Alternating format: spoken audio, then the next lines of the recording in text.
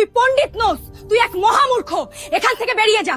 যতদিন না পণ্ডিত হচ্ছিস ততদিন এই মুখ আর দেখাবি না। বিয়ের রাতে কালিদাসের মূর্খতা প্রকাশ পাওয়ার পর রাজকুমারী বিদ্যোত্তমা প্রবল ক্রোধে তাকে অপমান করে ঘর থেকে বের করে দেন। কালিদাস বেরিয়ে পড়লেন। কোথায় যাবেন কোনো ঠিকানা নেই। মনে শুধু অপমানের আগুন।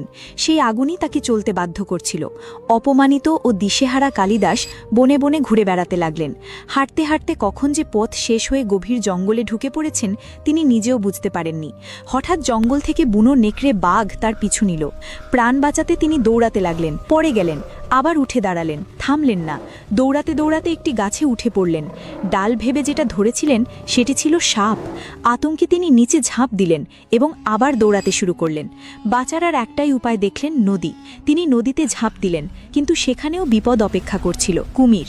কোনো রকমে কুমিরের হাত থেকে প্রাণ বাঁচিয়ে তিনি তীরে উঠে এলেন। ক্লান্ত শরীর নিয়ে একটি গাছের নিচে বসে অজ্ঞান হয়ে ঘুমিয়ে পড়লেন। চোখ খুলে দেখলেন সামনে একটি বাঘ দাঁড়িয়ে। বাঘ কাছে এলো, তাকে শুঁকল, তারপর ধীরে ধীরে চলে গেল।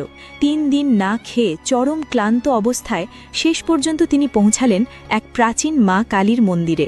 মন্দিরে পৌঁছে তিনি মায়ের সামনে লুটিয়ে পড়ে বললেন, মা, হয় আমাকে জ্ঞান দাও, নয়তো আমার প্রাণ নিয়ে নাও। দিন রাত একই প্রার্থনাই করতে লাগলেন।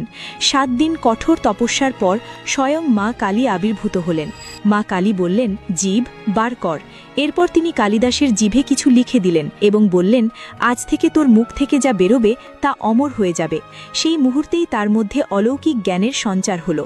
সেই দিন এক মূর্খ মানুষের মৃত্যু হলো আর জন্ম নিলেন মহাকবি কালিদাস।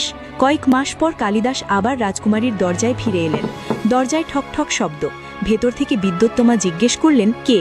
এবার যে উত্তর এলো তার সাধারণ কথা নয়, কাব্যে ভরা।